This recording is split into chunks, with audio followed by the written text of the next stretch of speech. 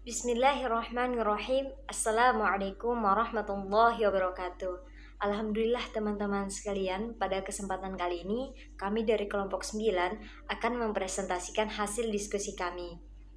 Teman-teman sekalian, tujuan kami untuk membuat video ini adalah untuk memenuhi tugas ujian akhir semester dengan mata kuliah Ulumul Quran oleh dosen pengampu Ibu Ifati Zamima, STHI MA. Sebelumnya perkenalkan, nama saya adalah Mawaddah Rohma, selaku moderator juga pembawa materi. Dan saya juga ditemani oleh anggota rekan saya yang bernama Natasha Adistia Izzati dan Khaizatun Ni'ma yang akan ikut mempresentasikan hasil diskusi kami ini. Teman-teman, pada kesempatan kali ini kami akan membahas dengan tema Jadal fi Al-Quran. Langsung saja, yang pertama adalah pengertian Jadal fi Al-Quran. Jadal berasal dari bahasa Arab. Dalam pemakaian bahasa Indonesia sering diartikan dengan debat. Dalam hal ini sama pengertiannya dengan jidal.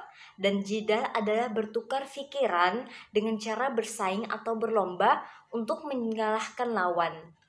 Pengertian ini berasal dari kata-kata jadal tu al-habba, yakni ahkam tu fatlahu. Aku kokohkan jadinan tali itu. Maksudnya, kedua belah pihak yang berdebat itu masing-masing mengokohkan pendapatnya dan berusaha menjatuhkan lawannya. Nah, ternyata Rasulullah Shallallahu Alaihi Wasallam juga diperintahkan untuk berdebat dengan kaum musyrik, namun dengan cara yang baik dan juga yang benar, seperti firman Allah Subhanahu Wa Taala dalam Quran surah An-Nahl ayat 125 yang berbunyi, A'udzubillahi minasyaitonirrajim, Bismillahirrahmanirrahim. Ud'u ila sabili rabbika bil hikmati wal mau'izatil hasanah wajadilhum billati hiya ahsan inna rabbaka huwa a'lamu biman dhalla an sabilih wa huwa a'lamu bil muhtadin, yang artinya serulah manusia kepada jalan Tuhanmu dengan hikmah dan pengajaran yang baik, dan berdebatlah dengan mereka dengan cara yang baik. Sesungguhnya Tuhanmu dialah yang lebih mengetahui siapa yang sesat dari jalannya, dan dialah yang lebih mengetahui siapa yang mendapat petunjuk. Nah, maka jelaslah bahwa jadal adalah jalan untuk menemukan kebenaran pada perkara-perkara yang bersifat masih dipertentangkan sebelum betul-betul jelas bagi penjadal dari kitab suci. Materi selanjutnya yaitu tentang jenis-jenis dan contoh ayat jadal Al-Quran yang akan dipresentasikan oleh saudari Natasha Adistia. Kepadanya dipersilahkan. Baik, selanjutnya akan saya jelaskan tentang jenis-jenis dan contoh ayat jadal Al-Quran. Apabila diperhatikan, uslub jadal yang diterapkan oleh Al-Quran maka dapat dikategorikan ke dalam 6 macam, sebagaimana dihimpun oleh Muhammad Abu Zahrat dalam kitabnya Al-Mu'jizat Al-Kubro Al-Quran halaman 371-387 sebagai berikut. Yang pertama, ada memperkenalkan atau al-ta'rif. Dimaksud dengan al-ta'rif di sini ialah Allah memperkenalkan dirinya atau makhluknya untuk membuktikan wujudnya. Dikarenakan zat Tuhan tak dapat dijangkau oleh indera manusia, maka untuk memperkenalkan dirinya, Tuhan menjelaskan sifat-sifat yang dapat dipahami oleh manusia. Dalam surat Al-Mu'min ayat 12-16 memberikan gambaran kepada kita bahwa Al-Quran dalam mengemukakan jadal untuk memperkuat suatu argumen, ia menggunakan pola al-ta'rif, yang artinya mula-mula diperkenalkan kepada umat kondisi sesuatu sehingga menjadi jelas semuanya oleh pembaca dan pendengarnya. Dengan cara serupa itu, maka tak ada alasan untuk menolaknya karena informasi yang diberikan itu didukung oleh bukti-bukti yang tak terbantah. Yang kedua, ada al-tajzi'at. Al-tajzi'at di sini ialah bagian-bagian yang disebutkan dalam suatu ungkapan memberikan argumen atas kebenaran yang dibawa oleh ayat-ayat tersebut, tampak dalam surat An-Naml ayat 59-62. Ayat yang dikutip di atas membicarakan tentang akidah dalam rangka membantah keyakinan syirik. Apabila diperhatikan dengan seksama, tampak dengan jelas masing-masing ayat menjadi argumen tentang keesaan Allah. Artinya, masing-masing ayat berdiri sendiri dalam menegaskan ketidakbersekutuan Allah dengan yang lain. Yang ketiga ada takmim dan taksis, umum dan khusus. Takmim dan taksis di sini ialah mula-mula Tuhan menyebut sesuatu secara umum, kemudian diikuti dengan penjelasan secara rinci seperti surat Toha ayat 49-59. Pada permulaan dialog antara Nabi Musa dan Fir'aun itu, Tuhan menggambarkan dalam kalimat yang mengandung makna umum. Seperti dikatakannya, Tuhan telah memberi bentuk kepada tiap-tiap sesuatu kemudian menuntunnya. Kemudian ayat selanjutnya menjelaskan secara rinci yang pada saat itu masyarakat Mesir yang sebagian besar adalah petani dan peternak. Karena itulah, maka Tuhan menegaskan bahwa Dialah yang telah menurunkan hujan dari langit, lalu ditumbuhkannya dengan air hujan itu berbagai jenis tumbuhan yang berpasang-pasangan untuk makanan manusia dan hewan ternak mereka. Dengan cara berargumen seperti itu, maka sukar sekali untuk memungkiri informasi Al-Quran tersebut karena jadalnya amat kuat dan rasional sekali. Yang keempat ada sebab akibat atau al-ilat wa al-ma'lum. Dasar yang dipakai dalam beristidlal atau mengemukakan dalil ialah hubungan antara berbagai kasus yang membentuk bagian-bagian dari hakikat wujud, sehingga tampak wujud satu bagian darinya merupakan akibat dari bagian yang lain. Dalam Al-Quran banyak ditemukan ayat-ayat yang menggambarkan kausalitas tersebut seperti pada surat Al-Baqarah ayat 190 sampai 193. Dari ayat di atas menggambarkan secara jelas bahwa perang pada dasarnya tidak diingini oleh Islam.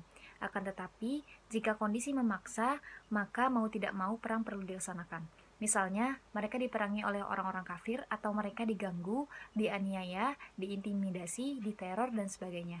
Jika terjadi hal-hal demikian, maka perang harus dilancarkan untuk menghadapi mereka yang merusak umat Islam. Yang kelima ada al-muqabalat atau mempertentangkan.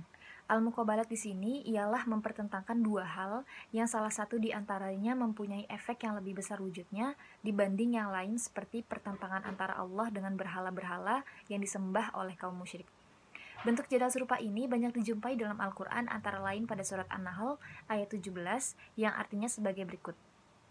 Apakah Allah pencipta segala sesuatu sama dengan berhala-hala yang tidak dapat menciptakan apa-apa? Ayat di atas mempertentangkan antara Allah yang Maha Pencipta dengan berhala-berhala yang tak sanggup membuat apa-apa, baik memberi mudarat apalagi menciptakan sesuatu. Dengan begitu, tampak secara jelas bahwa Allah itu benar-benar eksis di muka bumi ini, tak seorang pun dapat membantahnya.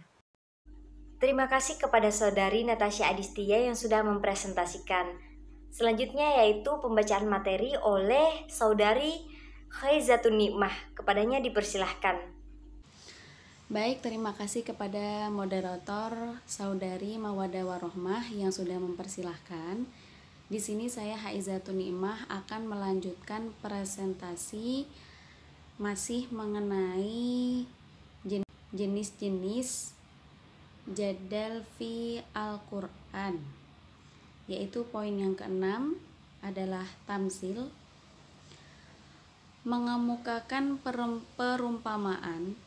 Tamsil ini ialah perumpamaan dari suatu argumen amat penting karena sebagaimana diketahui bahwa hal-hal yang bersifat abstrak dan sulit dibayangkan, maka dengan menggunakan tamsil hal serupa itu tampak dengan jelas, sehingga seakan-akan dapat dipegang dan diraba, serta sekaligus hal itu menjadi bukti atas kebenaran informasi yang diberikan.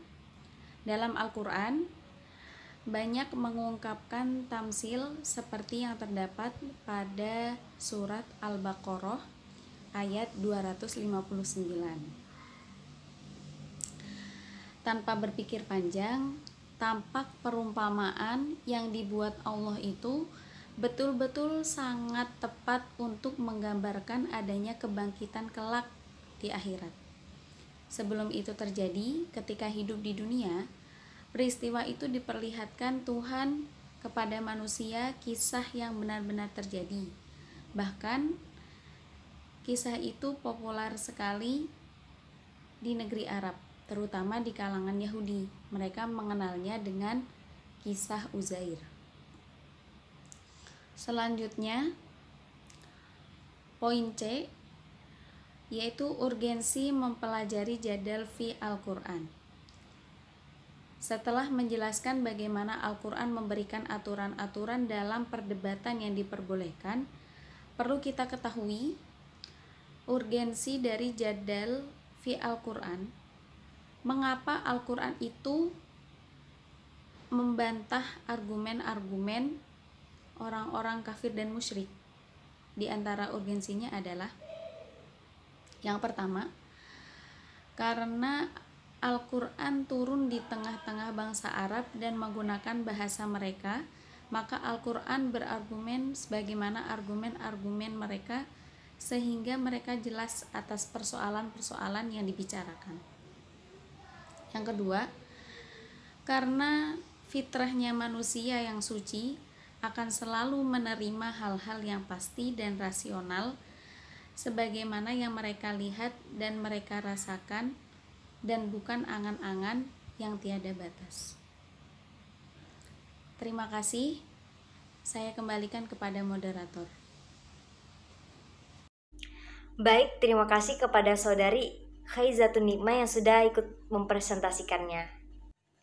Baik, materi yang terakhir adalah tujuan jadal fi Al-Quran. Teman-teman perlu mengetahui bahwa ada beberapa tujuannya.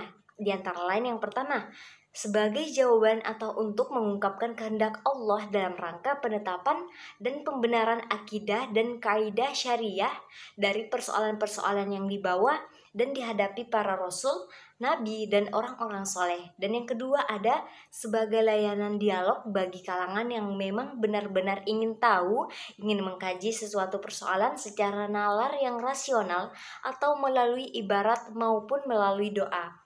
Dan yang ketiga ada untuk menangkis dan melemahkan argumentasi-argumentasi orang kafir yang sering mengajukan pertanyaan atau permasalahan dengan jalan menyembunyikan kebenaran yang memang disinyalir dalam Al-Quran. Nah, baik, mungkin itu saja yang bisa kami sampaikan dari kelompok 9. Kurang lebihnya mohon dimaafkan, sesungguhnya kesalahan datangnya dari kami dan kebenaran datangnya dari Allah Subhanahu wa taala. Assalamualaikum warahmatullahi wabarakatuh.